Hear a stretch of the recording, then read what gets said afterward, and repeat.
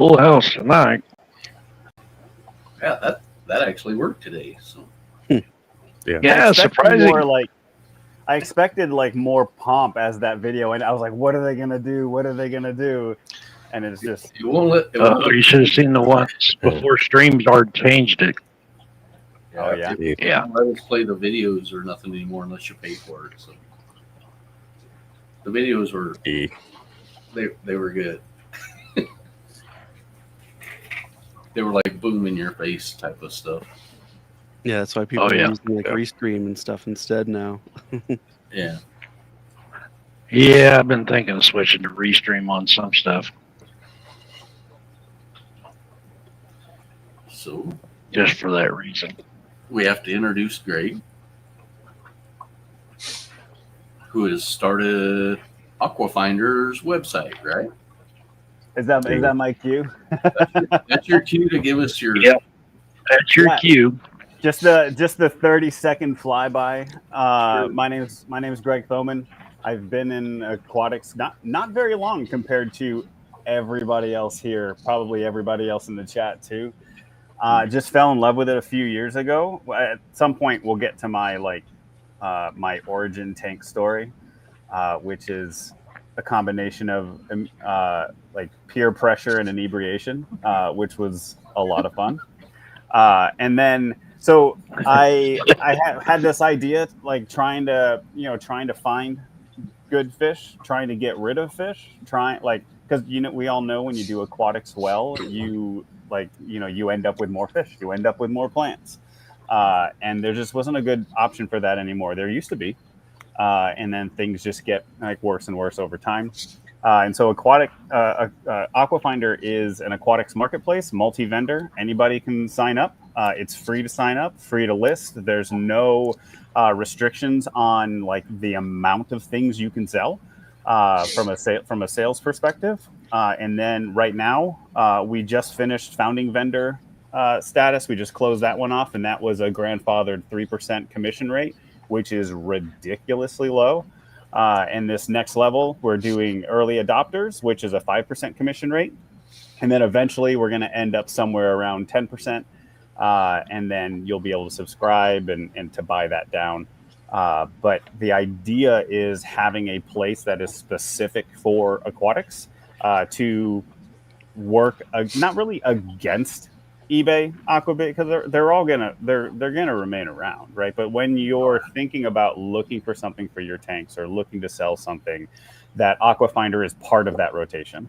So you may hit up eBay, not find what you're looking for, hit up Aquafinder, you don't find what you're looking for, but you find it in Facebook Marketplace. And then maybe the next time around, you find what you're looking for on Aquafinder. And it just kind of stays in that cycle of things that you're looking for. And then I guess just in addition to the aquatics marketplace piece, there's the community aspect. I want Aquafinder to be a place for curious people to do amazing things and to keep learning. And I don't want to be gatekeeping information. I want this community to be open and sharing and help other people grow in the hobby as well. So that's the quick pitch. I know it's a little bit long, but that's the quick pitch. No, that was very good though. That was very good. That was actually yeah. Because we all had Gills, we've had Aquabid, we've had all these other sites, even Vivi, which came and went like splash in the pan, But it was boom. So to see somebody come up and to do a site dedicated to us weirdos, I'm all for it. Yeah, definitely. It's interesting because I think about the technologies involved, right? And as I've been digging for my background is in tech and it's in product management. So the tech piece of it doesn't scare me at all. To me, this is it's a community and logistics problem. And so I've got to figure out how to get the word out. I've got to figure out how to get vendors in. I've got to figure out how to get customers in. And none of that is technology. I mean, we're using broadcast technology, obviously, but building the platform took the initial version of it took me a weekend, right? That was the easy part. and then I scrapped it and did it completely differently. But like, it was there, right? And the more complex piece is, how do you draw quality vendors when they're not going to get any sales for months, right? But you want them to keep up with it. You want them to keep listing things. Like, how do you incentivize that? And so I went after vendors first, and that's where the 3% rate came in. And then we went into, since we're done with that first acquisition period, where now we've got about 200 listings, now we're pivoting to try to get the community built, try to get customers in, and then we'll start pushing more vendors in there as well. So it's a fascinating problem, and just happy to have like such a cool group of people I said weird earlier, but like such a cool group of people to actually make this thing happen. You haven't met us all in person. You're going to say weird eventually. Yeah, but every one of us, I guarantee you, has shared out that link everywhere we can. Yeah. That's speaking of sharing out that link. If you sign, I have an affiliate rewards program, so that if you share that link out, somebody goes to the site from your link and they make a purchase within 7 days, you get 3% of their sale as a commission. So like at that point, like it is just cash, right? I haven't figured out like what the payout level is going to be, but it's like, it's not a lot, but it helps incentivize just to like get the word out there. Yeah. And for somebody like me or Jeff, we breed fish, but we don't sell them all the time. You know? Yeah. It's like I might have 6 different things to sell in the spring, and then you're not going to see anything out of me all summer. So this is a website that caters to that type of thing. I can still be there. I can still be on it. But I may not have nothing there today, but next week I might have 3 different things. You don't know. Yeah, and because you're not being charged to list things. You're not being charged like a platform maintenance fee every month. Like there's no recurring subscription unless you want there to be. It's just, you're just listing stuff when you have it, and when it sells, it sells. We'll probably have to figure out some expiration time on listings, probably like 3 months or 6 months or something. But we'll wait for that to become a problem before we try to solve that. Yeah. But what if the person just breeds the same fish all the time? Then that listing can just stay active. Like I'm thinking about the, like if a listing is active and it's being purchased and like they're changing the stock out on it, like that wouldn't go to inactivity. Like it's when it's like when you're trying out the platform, you throw something out there and then it sits there for 6 months, no one touches it, and then you're not logging into the platform anymore. Then we start to hit that line of maybe this isn't an active listing. There's a question on the screen from Stefan. Oh yeah. Is it just livestock? Is it plants? Is it snails? Is it whatever?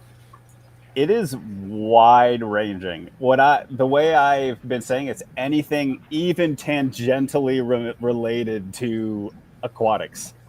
So we've got artwork on there. We've got 3D prints on there. And I don't mean like 3D printed tank stuff. I mean like a 3D printed axolotl, right? We've got stickers. And then there's also live fish, live plants, live food, equipment, salt water, like a whole salt section. There's no one's on the salt section yet, but like there will be. There's a place for all different types of coral, different types of salt setup. Yeah, I'm trying to think. There's 2 other categories that we're going to be setting up soon. One is specifically for cares listings, and then one is for rehoming. So you wouldn't actually charge anything for that fish. It would just be shipping to rehome. And so like having options like that for people as well. Whip wants to know if there's monkeys, but I think that's only at his house. It could be sea monkeys. Could be. I could send you some. I could send you some sea monkeys. Chris, yeah, that's a good question. Chris asking, what's your revenue monetization model and how do you balance growth versus commission margins? So my goal is to support the hobby, and I've done quite a bit of math, probably too much math at this point. And the revenue model is completely commission based. If you want to buy down your commission rate, like if when we get to like the 10% commission level, if you wanted to buy that down to like 9% or 8%, you could pay a subscription, like a $5 a month charge to help like support the platform, offset that commission cost. So it's kind of a balance there between the two. And then as far as like growing the platform, from the technology perspective, I'm trying to use technology that already exists. I don't want to be in the business of creating things or recreating things. I try to stay much more on the buy side than the build side because it's more cost effective. And then trying to get people to market their own things is kind of where the success of the platform is going to come from. So that's affiliate marketing. Like you put your store link out there with your reference link. Somebody goes to your store, but they see somebody else's stuff and they buy it. You get a commission, right? So like trying to increase the that propensity to sell, like to share the information. eBay has an advantage that everybody goes to eBay looking for stuff. Amazon has an advantage that everybody goes to Amazon looking for stuff. And we don't have that advantage right now. I think we will eventually, but making sure that folks are sharing their own stuff as well. Like I can put a bunch of money into marketing. I don't have a bunch of money right now to put into marketing, but eventually, like we can put a bunch of money into marketing, but it's going to be much more brand recognition marketing, less like product specific marketing. And so it's going to be a lot more general, the marketing that I do. But if every vendor on there goes and markets their own things and their own individual stuff that they're interested in, it's going to make that extremely valuable. And we talked a little bit about that before we started about, I've been on Aquavid forever, so I know a lot of those breeders. Mm-hmm. And I can reach out to them and say, hey, here's another platform. Come on over. Yeah, I think it's gonna fit that space really well between like, we'll probably get some hobbyists that just like sell like plant cuttings and guppy spawns and stuff like that. Like that's definitely going to happen. But for the most part, it's going to end up being kind of along that BAP and HAP interest, where people are breeding. They're interested in breeding. They're interested in propagation, and they've got extras, and they want to get it out into the community. So that's generally like where most of that's going to come from. The cap is like if you're making enough money and you have enough turnover on your stock that you are like a business and you're not just supporting your addiction, then you're gonna buy your own website, right? You're gonna have your own listings, maybe it's Shopify, maybe it's WooCommerce, but it doesn't matter. You're gonna have your own thing, but with that comes your own marketing too. Like you no longer will have like the benefit of being in a multi-vendor marketplace. And so that, I think that transition is going to kind of be on the higher end. But so mostly it's going to be kind of early startup fish stores and down. Like once you get into that fish store level, you're probably not going to be using Aquafinder. But you may. I think that one of the interesting use cases for a fish store would be rehoming. Like when a customer just brings in a fish that they know is just like not going to sell locally, or it's like a 12-inch Oscar. It's like, who's going to take that? And they could list it and sell it and ship it. I'm not even sure how I would even think about sending a 12-inch Oscar. Right. You buy a cooler and you send it in the cooler. I've got a question for you. Yeah. So I haven't done any listings or anything yet. But as a vendor, are you able to set like a stock number on like your end where people can get like 1, 2, 3 things and it just subtracts from your total stock? Or do you have to have a separate listing for each time you want to do a sale? Yeah, so there's a number of ways to do it. So you could do one-offs where it's like when it's sold, it's gone and it's removed from the marketplace. You also have stock options where You could put in your stock limit, and then that gets bought down by customer purchases. You can also do pricing packages as from a variable product standpoint. So if they buy an individual, it's this price. If they buy 5, it's this price. If they buy 10, it's this price. Okay. So like you have a lot of options there. You have a lot of options. Appreciate that. Overtly overstocked. Appreciate that. We had a question about taxonomy. June is the one that would take your 12-inch Oscar. Yeah. How do you approach tax? This is from Chris. How do you approach taxonomy and species data management? Are listings tied to a species database or freeform text? So it's kind of in the middle. It's not freeform text, and it's not a species database right now. It's what you said. It's taxonomy. It starts with, are you freshwater? Are you saltwater? And then, or equipment and whatever else. And then it gets into live fish, live plants, live inverts.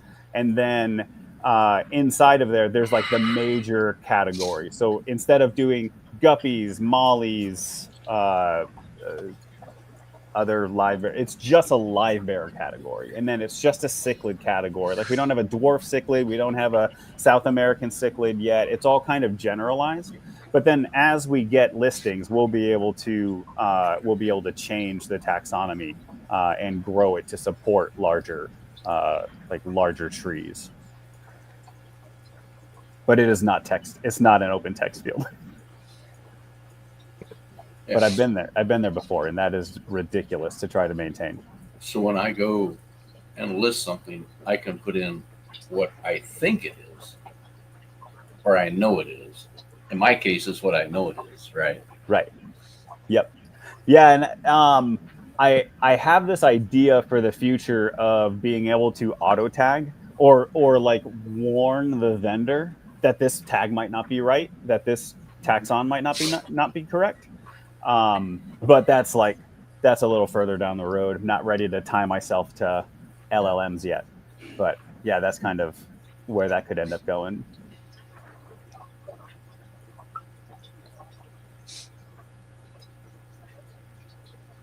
Yeah, I think it'll definitely be a good thing to take the place of some of the other ones, for sure.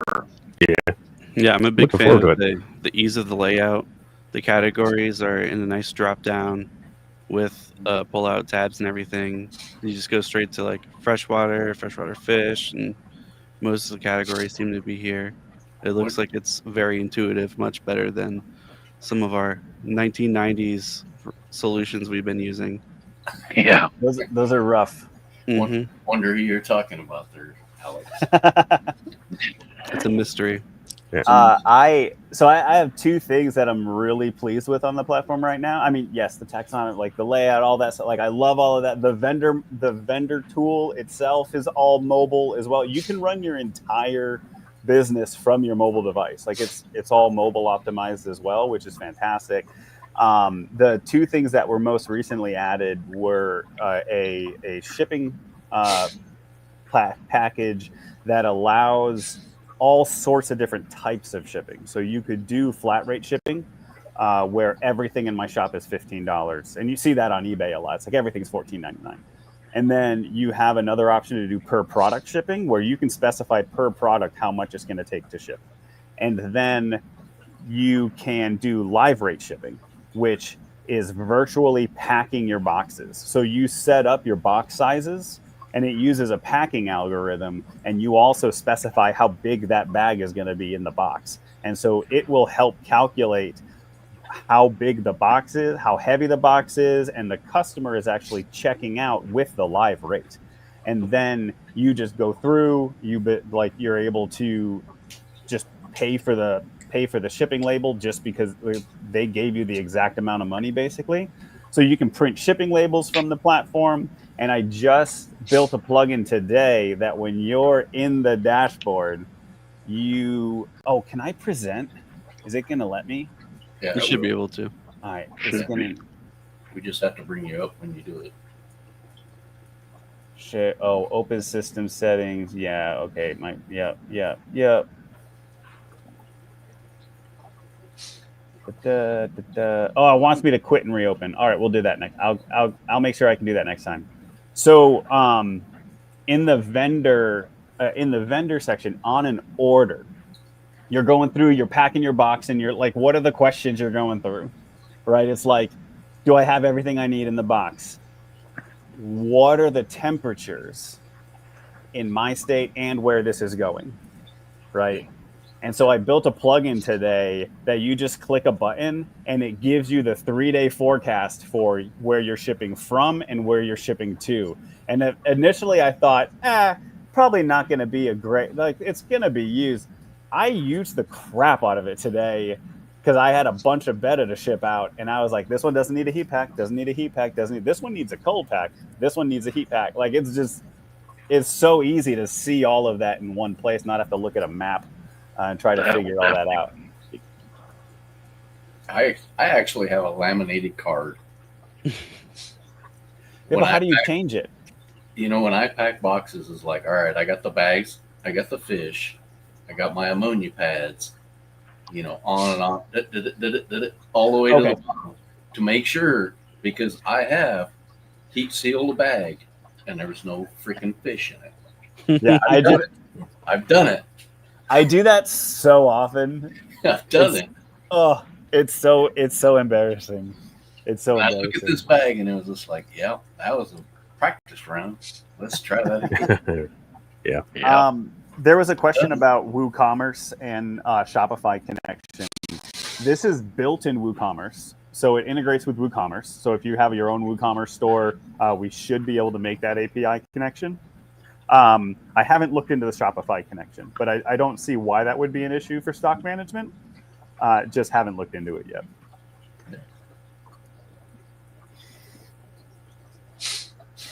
So like you're getting all bases covered pretty much. Trying to. It's funny, like I built the platform that I would use, and I'm such a picky user. I think it's going to work for most everybody. And so I'm just like eating my own dog food or eating my own catfish food or whatever. Like, I find something that's a hassle and then I just write the code to fix it. Yeah. The only thing I found was I looked for Empire of Dirt Aquatics, and I could not find you. So I just went to the fish, and then I found you through the fish. There's a storage section. Yep. Yeah. Well, and I'm just still exploring. So Is there a search feature on that store section so you can search out a specific store? Okay. Yeah. Yeah. And that's kind of what I'm saying is I just kind of, it was like, well, I know Jeff's on there because you're the one that sent me the link. So Empire of Dirt Aquatics. And it was like, nothing found. Oh, we got to keep exploring. And then I found you and it was just like, oh, I know that guy. So, Stefan, one of the biggest problems we have right now is if we're a hobbyist breeder seller and we don't have our own website, in order to post it on like eBay, we lose 20% of the earnings. And there's no guaranteed discount on shipping. So, and there's also no real way to advertise yourself. No. Yeah, the other, like, just adding to that list, it gets long. There's what you mentioned about the commissions, Etsy, you have to like pay to list as well. Like, there's all those other complications. And then there's the fact that none of those platforms are meant for aquatics. And so they don't support the hobby. They don't organize things according to the hobby, and they certainly don't give back to the hobby.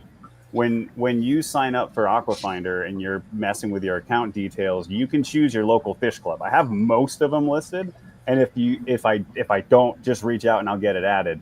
One of the goals, like, once we're right now we are not profitable, but once we are profitable, 10% of those profits are going to be divvied up to local fish clubs based on that fish club's participation in buying and selling. So if your whole club is in Aquafinder and you're doing all sorts of stuff there and you're selling nationwide, there's going to be options to do auctions in there as well eventually. Like all of that activity means you would get more of that money from the platform back into your local club. And it's probably not going to be a lot of, especially in the beginning, it's not going to be a lot of money. But eventually, like imagine if a company like eBay, like actually cared about aquatics and could donate like 5 to 10% of their profits back to the industry. Like that's a huge advantage. I'm good because I'm my own aquarium club, so I get it all. You buy it, you sell it. Yep. Mike is the closest one around me that I know, and he's 6 hours away. Yeah, I got Foxy and Peplin about an hour south. Yep. Yeah. And there's actually a gentleman down that way that's looking into starting up a local fish club for us. Nice. Bare bottom Brandon. Yeah. Okay. So yes, I've lowered it. So what I did is I'm still holding off on the founding vendor rates at 3%. And then the new rate right now for early adopter, created a new early adopter period that is 5% commission. So it's not the 3% rate anymore. It's a 5% rate. And then the next one will probably be 8 and then 10. Yeah. So those of you that haven't listened to me about making your store, you really should listen and get it done. I did. Get it done. I got it done. From a seller's perspective, from a buyer's point of view, you're still kind of wondering. I guess this is more, is this like, why is it better as a buyer to purchase on Aquafinder? That's what I'm getting is why would they go? It's a way to support hobbyists. Yeah. So it depends on your point of view. I mean, if you want to buy big box store, you go big box store. Yeah, it'd be kind of similar to walking into Petco and purchasing something versus going to your local fish store and purchasing something. I don't think Aquafinder should replace your local fish store. And I don't think it will. I hope it doesn't, because local fish stores are super important. But and they're hard to maintain. They are. But we need a place that is not a huge corporation that will actually support the hobby. And as buying from somebody that is genuinely interested in the fish that you're purchasing, like if you have problems with it, you have questions with it, like that, you're talking to a hobbyist. And they love that thing, and they want you to be successful with that thing, and they want to see you breed that thing and then list it on Aquafinder. So it's like it's adding to the community in a bunch of different ways. Yeah, I see it right now as this is my way to connect to a whole bunch of people that I didn't know. I did not know them. Yeah, that's true. That's true. I know these characters. I know what they're up to. Which characters are you referring to? These three. I mean, I just met you today, but I've met a lot of characters, but I want to meet those other people. And you're looking at their listing, and it's like, I've never seen that fish for sale before.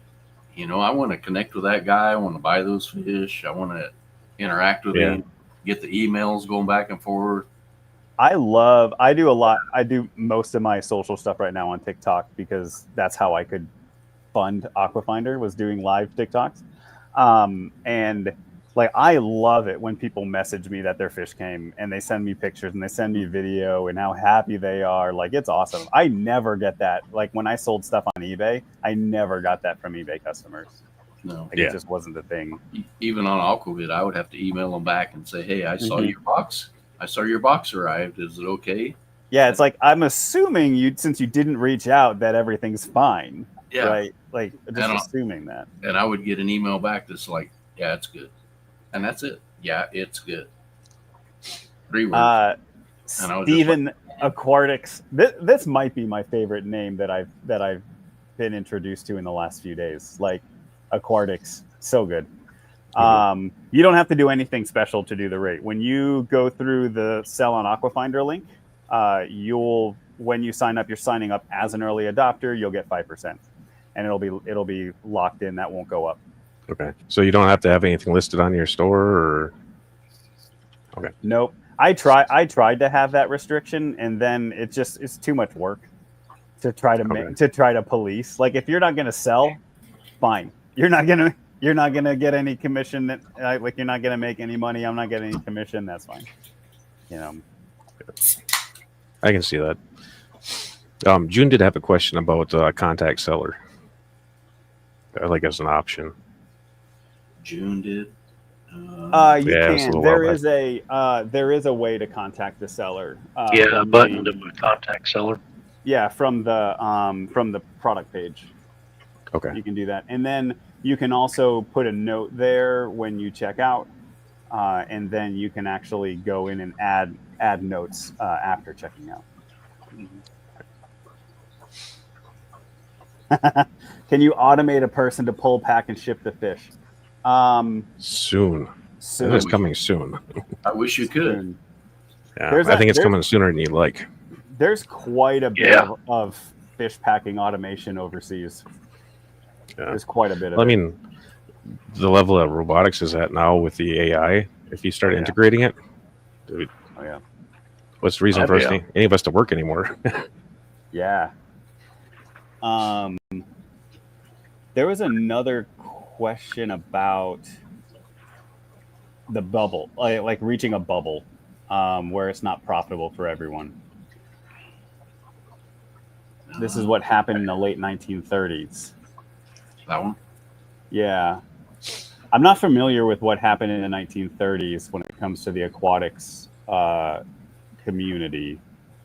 Dr. Ted was back then, so maybe he can elaborate. Dr. Ted.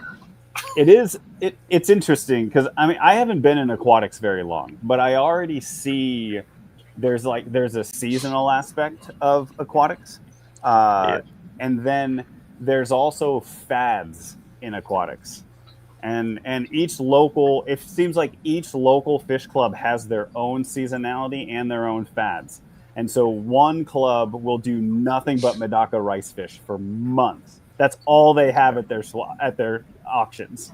And then somebody from another club gets them, and they breed them. And then you've got nothing but Medaka happening over there.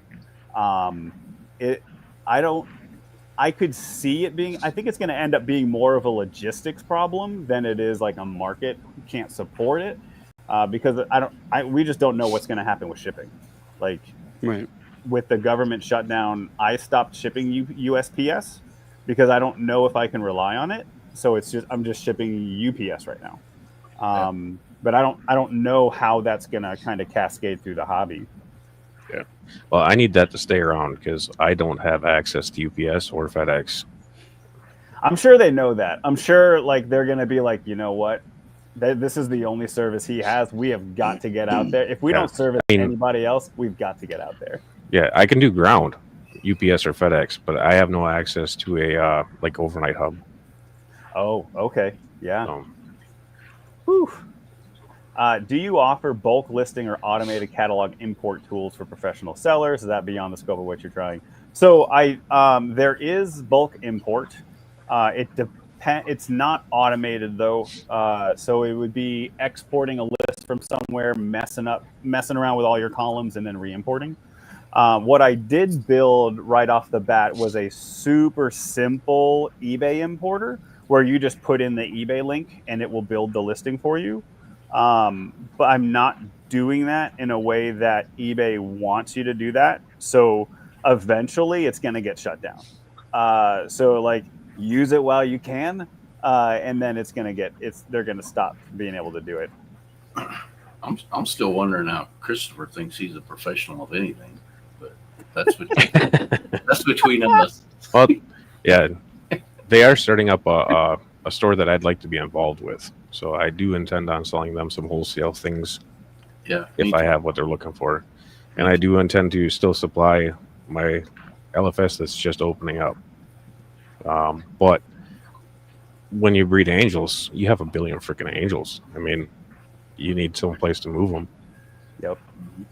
there is no one place that can handle everything except for a large corporation that ships in bulk or something along those lines. Yeah. Yeah.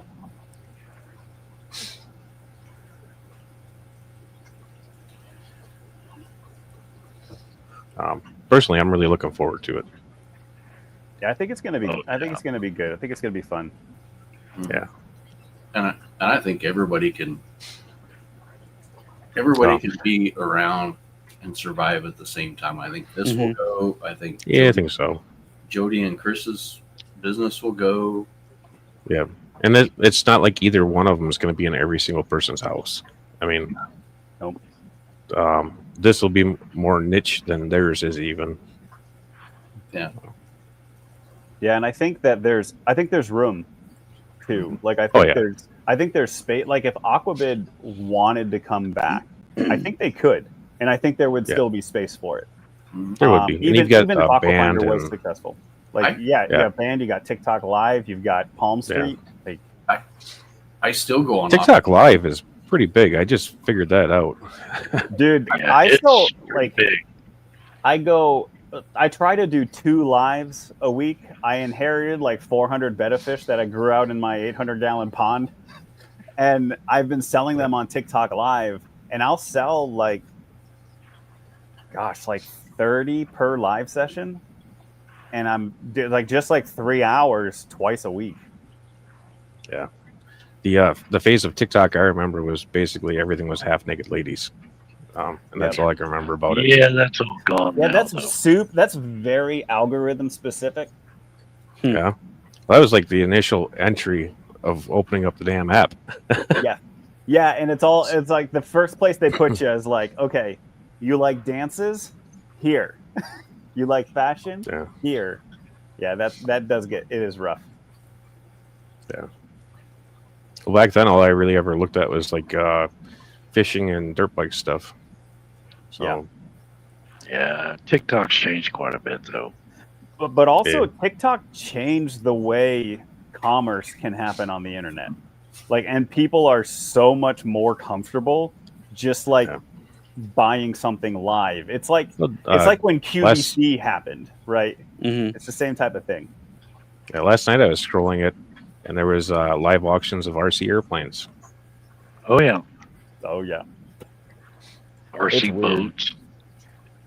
Yeah. There's a great comment here from Lush. I really want this to succeed. I'm being aggressive about finding the weakest link in order to make it happen. So the weakest link, Jeff, you and I were talking about it earlier today, about the ability for somebody to come into the platform and just ruin somebody's life. Like whether it's ratings, whether it's comments, reviews, like just bad actors on the customer side, bad actors on the vendor side. And I thought that's actually like all I've been thinking about all afternoon. And I implemented a couple things. But that is a real concern because it's easy to create an account and it's easy to just like throw garbage places. So I've added a couple restrictions, and there's gonna be more. The first is, in order to review a product, you have to have purchased that product. You can't just say, "Hey, this looks awesome," or "What are you doing on this site? You screwed me on this other site." Like, that's not going to be able to happen. You have to have purchased the product. And then on the vendor review, you have to be a customer of that vendor in order to review. So if you legitimately had a bad experience with a vendor, I want you as a customer, like I want you to be able to say, I actually had a bad experience with this. Here's the details, lay it out there. I want people to have that ability, but I also want to say, yeah, that they actually had a relationship. They tried to make this work. And so that's just kind of the initial pass at it. Just at least they were a customer. That should be mandatory on all of them. Should be. Yeah. It should be. It very much should be. Yeah. And yeah, I don't have a problem with somebody that has a bad experience stating, what their experience was, whether or not it was resolved. Yeah. Yeah, and then there's the whole like back charge thing. Like about my dispute framework right now is fairly simple. It's let's all be adults, try to work it out amongst yourselves. Let me know if I need to get involved. And ultimately, like PayPal is going to have to figure out like who they're going to side with, like looking at the actual citing and communication pattern and all that. And they tend to side with the buyer on things like that. But then I have to figure out like where is the platform going to sit, and it can't be I'm only going to support vendors or I'm only going to support customers. It's going to have to be case by case, and we're going to have to figure out a way through it. A part of I know for a fact that like part of the budget of the platform is going to have to be like remediation expense.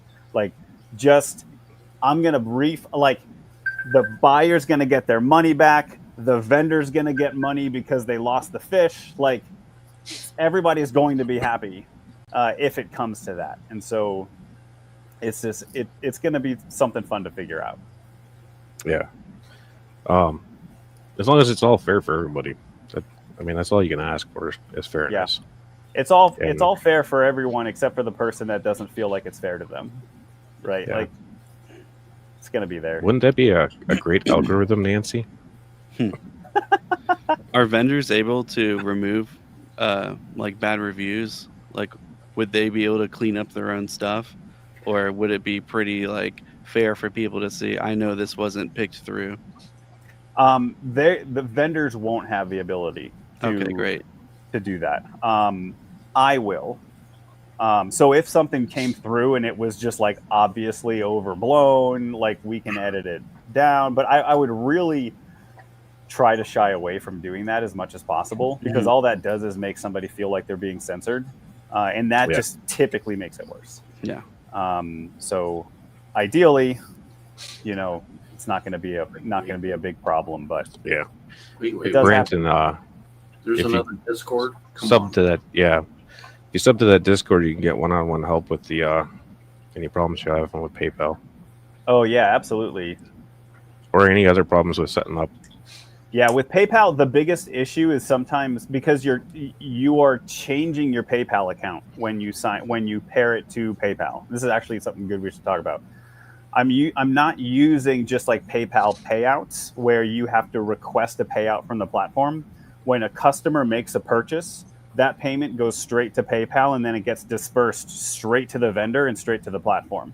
So funds aren't being held anywhere, which puts the platform a little bit at risk, because I don't have I don't have any recourse for a vendor because they already have their money, right? But it's very fast to the vendor. But what that means is if you're operating on just a regular personal PayPal account, it's going to be converted to a business marketplace account. And if you're using a business account, it's going to be paired with they call it PayPal Connected Path. They have like 6 names for it. It's ridiculous. It's also called Marketplace, but it actually changes the way your account works with Aquafinder. It'll still work the same you're used to on everything else, but it does change the status of that account. And that can get cached in your browser so that when you try to sign up, the actual account details don't match anymore. And so the best thing to do is if you run into the PayPal issue is just try to set up the PayPal in a different browser. Where you don't have the baggage from PayPal having been logged in the past, and at that point it should be fine. If you end up having issues, reach out. It gave you the option to use your personal account, though. All right, maybe they made a change where personal accounts can be connected path accounts. That would be recent, but yeah, something for me to look into. Oh, excuse me. It looks like a whole bunch of people just joined the Discord. I don't even have it up. Yeah, I was getting notifications on the computer. I had to silence them. Yeah, that's what I was just doing. I can't even copy and paste that Discord because you just click it. Well, no, because I'm an administrator, so it puts it on the screen if I touch it. Oh, okay.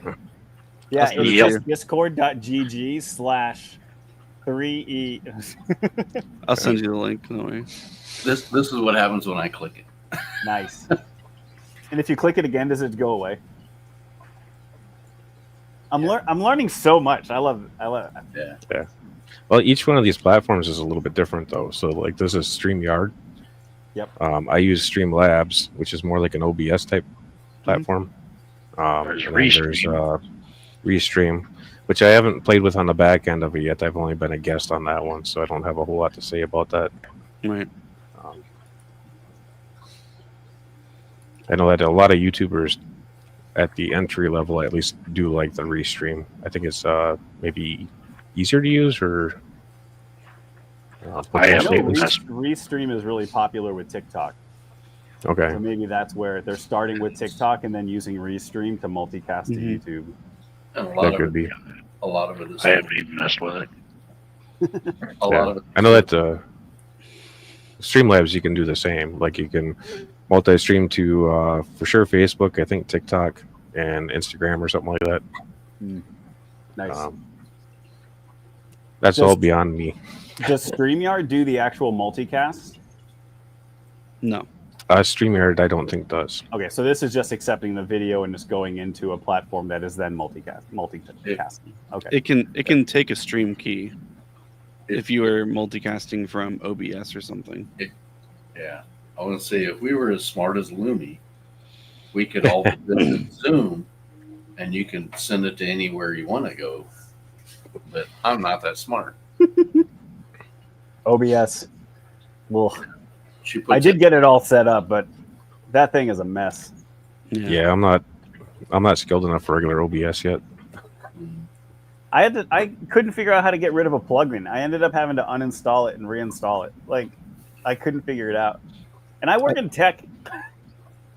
I like OBS, but I would lose all my presets and settings and everything every time there was an update. And then I'd lose all of my, like I'd have like my whole stream set up with all my elements and stuff everywhere. And it was like pretty involved. It took like hours and hours to get it the way I wanted it. And then, you know, every like 4 or 5 weeks, I'd lose it all. And it really pissed me off. Yeah. Oof. Wow. That is brutal. Look at Chris throwing those questions out. This is a great question. Yes, you do have analytics. So you'll see views. I don't have a favorites mechanism yet, but there's a reason for that. You'll see conversion rates. Like you have access to all of that in the vendor dashboard. The problem with favorites with a multi-vendor platform is like you could favorite a whole bunch of things and then none of those listings exist anymore. And like, how do you? I need to figure out how to create a level of abstraction. It's like this person is interested in South American cichlids, right? And then like, or this vendor, and like use that to create a favorites algorithm. Just haven't gotten there yet.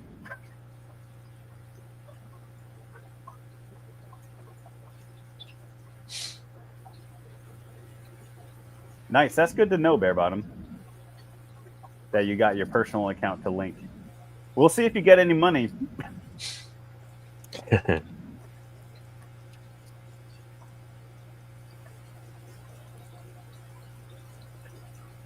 So what do you keep personally? That's what I want to know.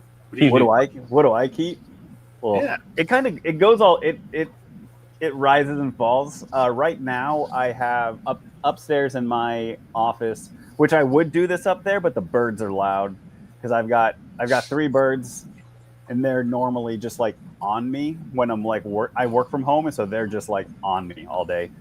And then I have a 125 tank and a 75 tank that both overflow into the same 40-gallon sump, so it's the same system. The 125 has like 16 angels in it now, all some variation of blue. They're so cool. And then there's a Pisto cacatoides in there as well. I've got 6 males that are just having the time of their life. And there's Cories and red-eye tetras and some dwarf powder blue gouramis and a huge pleco. Well, I say huge pleco. He's only like 8 inches long. my big pleco that I can't keep in my pond over winter, I have to bring him inside. He's like, I took him out of the pond, and he's like, how long is that? That's like 15 or 16 inches long, and he's in the 75-gallon tank right now with three. The only other three fish well, I guess there's four. The other three are 3 humpback dragon puffers, which helps me keep my snail population down. And then there's an albino bristlenose in that tank as well. And then out here, I have my betta and guppy tub that's like a 100-gallon tote because it's too cold now in the pond for betta and guppies. So all that I actually just drained the pond today, got all those warm water fish out. All the cold water stuff are still in there. So I got that tub over there. And then out here, I've got 2 of the 40-gallon igloo coolers, one with those balloon mollies that hoping those will breed. Just had to have them. And there's some green dragon Dumbo guppies in there as well that I'm line breeding. And then the other one is just like mud guppies. And people love mud guppies. I was surprised. But I keep putting some interesting ones in there to just kind of see what happens, and people love them. And then I've got my pond, which is an 800-gallon pond, primarily goldfish. And then when it's warm out, I have Gara rufa in there as well, which are the doctor fish. So come to my place, get pedicures. That's so much fun. And then there's Medaka, there's golden white clouds, which are just stunning. I had no idea how gold and red they were going to get. they're gorgeous, but I only have 4. But you can definitely find them. And then I have a 2.5-gallon Daphnia tank. Yeah. Dr. Ted, if you're still out there, you're saying that the aquarium hobby is struggling already and is oversaturated with sellers? Yeah, it seemed like he was saying that if there's too many sellers, there's too much competition, and it's not the healthiest market. Is what I took from his comments. But I mean, I see people say that about YouTube channels. Is that this comment? Yeah. Yep. Some people might buy from Jeff, and some people might buy from Curtis. You buy from both. Yeah. See, now, I don't necessarily disagree with what he says, because say everybody buys longfin cherry barbs from one person, they start breeding them, and everybody is offering them. That is definitely problematic. But if everybody's offering something slightly different, there's I don't see the issue. The fact that the aquatics industry can still support Petco and Pet Supermarket and PetSmart, there's so, and that's all just super basic stuff. There's definitely room for it, but I do see the issue of you see it in local clubs, right? You have the angelfish roll through, and then you see the barbs roll through. The other thing that we haven't really had before was the amount of technological infrastructure that we didn't have before, and it's actually fairly easy now to ship fish, and so it does create a lot more opportunity. Yes, there's going to be more competition, but there's also it's a much wider audience now. If you want to have a nationwide audience, you're able to. I agree with that, Dr. Ted. So the area that I live in right now is where Doctors Foster and Smith sprouted. It killed all of our local pet stores. It was a dead zone for a long time. Now they're gone because Petco or PetSmart or whoever bought them out and closed them. But that's allowed small mom and pops to start up again. It's not the same market as it was in the 90s. I mean, back then there was a pet store in almost every town around here. And with mail order, that's just not a thing anymore. Yeah. And I don't think it ever can be. This is an interesting problem, though, when I just think about Aquafinder, when I was trying to figure out how I was going to start this, you can't grow buyers and sellers at the same time because they're very different personas, and buyers are super flaky. And so if they walk into your online store and all of the shelves are empty, they're not going to come back. And so like I had to have a base level of vendors with enough listings that it doesn't look empty to start attracting buyers, and then we can start growing both of them at the same time. Yeah. And so I'm hoping that it'll work. I found you at the wrong time. I should have found you in March. You want that 3% rate, huh? No, I'm already locked into that. Yeah. It's the I found you just recently, and I'm coming into my not ship season. Yep. Because I'm about to free solid, so I don't order and I don't ship in the winter. Yeah. I might change my shipping plans a bit, but we'll see how this next one goes. Yeah. Which is why when we were discussing like Skipper's auction coming up, that I'm going to put a few things on there, and I want to run them through the website. That way it gets some foot traffic. Yeah, absolutely. I think that'd be good. Yeah, Ted's saying if the number of online buyers does not increase with the number of increased sellers is when it's going to be a problem. But that's like what you were saying at the beginning of the stream.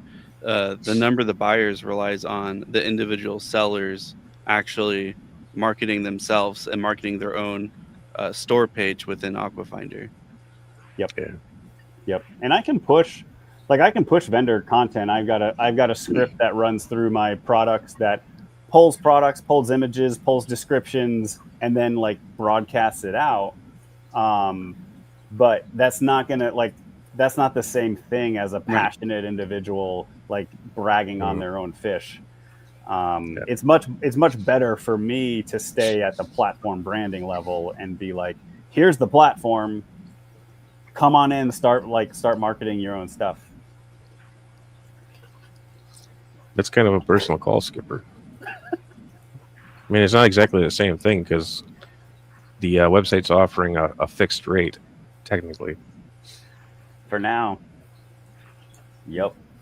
No, that's okay, Dr. Ted. There's a lot of things that you're bringing up that we do need to be considerate of. I would I would love to like buy you a beer and just pick your brain about oh God, no, in general. Not with Dr. Ted. No? All right. No. All right, they talked me out of it. Sorry, bud. You'd be sitting around singing Kumbaya, you know. Yeah. No, it would be fun to have Dr. Ted up again sometime, but one of the coolest things about this group in particular is like how many questions you guys brought to the table. It's like, hey, how are you going to deal with this problem? So, how are you going to deal some with of us have been involved with a lot of other platforms, selling on them, buying on them. Vivi had a lot of potential, but they went about things the wrong way, and they were trying to be like a multi-million-dollar business or something, and replace everybody is essentially what their goal was, or that's how it felt.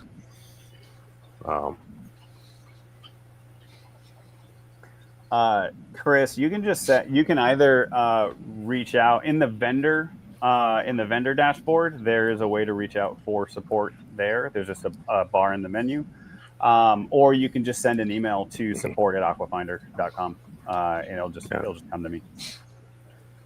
Or you can hop into the Discord and DM me, or you can do what these guys do, is just drop into a public channel and say something. That's totally fine too.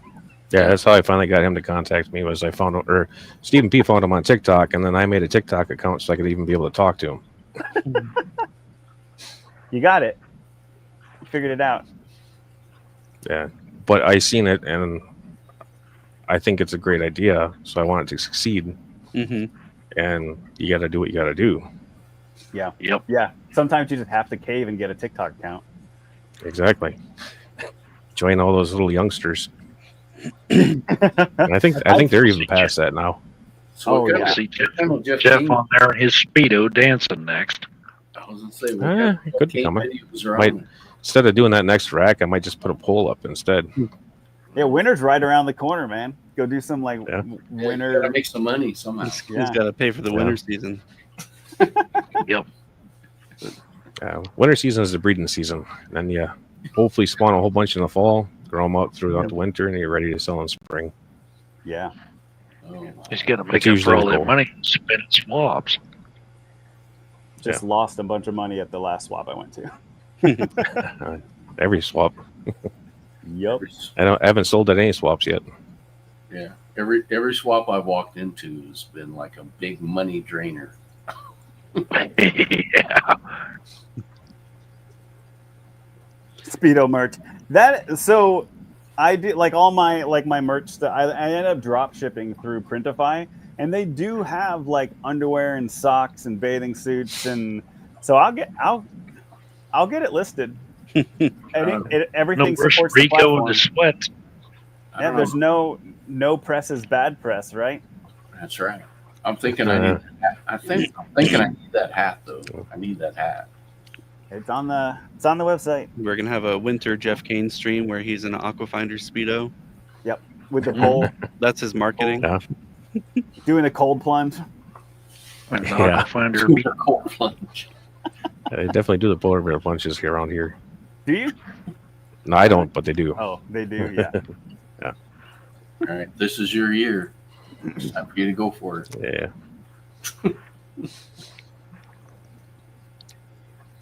Oh my! I like the idea of how Aquafinder's set up. It feels like, so say if I'm not like a full established store and I don't want to have to set up an eBay store to sell stuff and go through a whole bunch of different things. If I just have, a few fish tanks and one of them starting to get a little full of like, say I've got a crazy guppy population or something, it seems like a really smart way to just, try to get rid of some of them to other people that might want them without having to go through all the crazy extra steps. That more affordable aquabid not being successful. I want somebody to go on mobile and try to navigate that damn site without clicking on a freaking ad. I mean, it's not possible. I need to figure out how Morph Market got their ads to show on Aquabid. Because that's where I want my ads, right? Like I want Aquafinder ads on Aquabid. Yeah. You're welcome, Dr. Ted. Yeah. But yeah, so- Aquabid I've hated on mobile, at least. I can't use it on mobile. I always accidentally click on an ad. It just they just pop up everywhere and then they move too. Yeah, there's like 1,000 ads on there. It's crazy. plus the ability to contact the seller directly and go around them and purchase is another problem too. You just have to have Which was another problem with Vivi too, because I bought part of my stuff from Marcel through Vivi, and then he had my information, so he contacted me outside Vivi and sold me the rest of his stuff that he sold. So there's no longer a commission for Vivi on that. Yep. Yeah, and there was a lot of that going on. The one thing that, like, you can do that on Aquafinder, right? Like, you could go around. There's a you could potential. mess with it. You could always do that, but you lose the support of the platform then. You lose the support and you lose the shipping. The shipping is freaking huge. Yeah, we have commercial my rates, personal and they're shippo, pretty good. Yeah, my shippo account, I can't get that kind of rate. I don't know why. I've seen other people do it. Mine's just not that good. I don't know. Yeah, I don't either. I don't know. There was another question about local pickup. Yeah. So I am working on local pickup. Originally, I had a local pickup plugin, but it seemed like it was going to be too easy to abuse. So I got rid of that one. I'm still thinking about a better way to build that out. So if you have any ideas on like just hit me up on like how that should actually work, and we can build it. That's not an issue. This one, what will it take to create SEO? So the platform has its own SEO, and then on your product listing, you can do your own SEO. So there's a level of Aquafinder has defaults for like promoting your product through SEO and making it visible to Google search. And then you can do your own SEO on top of that. You can mess with the settings yourself. So there's a lot of flexibility there. The other thing to consider is that SEO is becoming less and less of a barrier to entry. With the advent of like people using LLMs for basic chat, things like that, like search ranking doesn't matter as much anymore when you're only getting a single answer or the AI answer. Like it's not nearly as big of a deal. Yeah. So, Dr. Ted, if you would have charged just a small fee on that thing, ditched the ads and turned it into an app, it probably would be great. In modern times, at least. Right. Back when it was launched and stuff, I can see it being a great platform at the time. Mm-hmm. Yeah. But it did need to adjust. It's just my personal opinion on it. This isn't. Yeah, and ChatGPT now, you can build your own damn website with it. Yep. You just tell it what you want it to do, and it'll make it. I'm a big fan of vibe coding. Like I do it in a very like product mindset way, but I do quite a bit of vibe coding. I do like this question, like how do you get Aquafinder to be like the recommendation from ChatGPT? And the way that you do that is by talking about Aquafinder everywhere. Mm-hmm. Because like ChatGPT isn't scraping search results. Like it's looking at everything that's being written online, and like in order to get Aquafinder on its radar, we just have to be talking about it, and it'll get there. Yeah.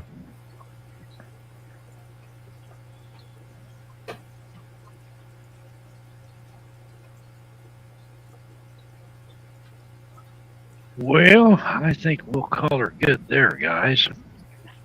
Greg, I want to thank you for coming up. It's quite an interesting deal, and I'm hoping this will really take off.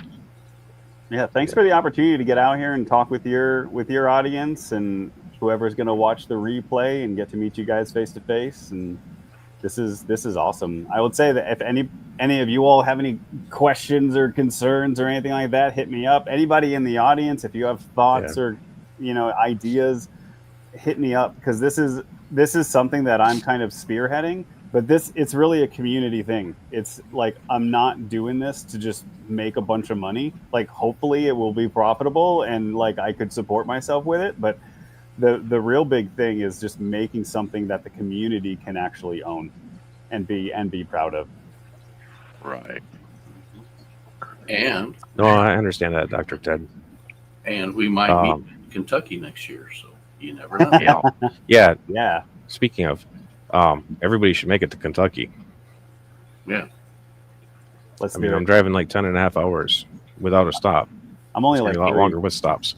A little bit 3, but I'm sure I could do it in 7. Yeah.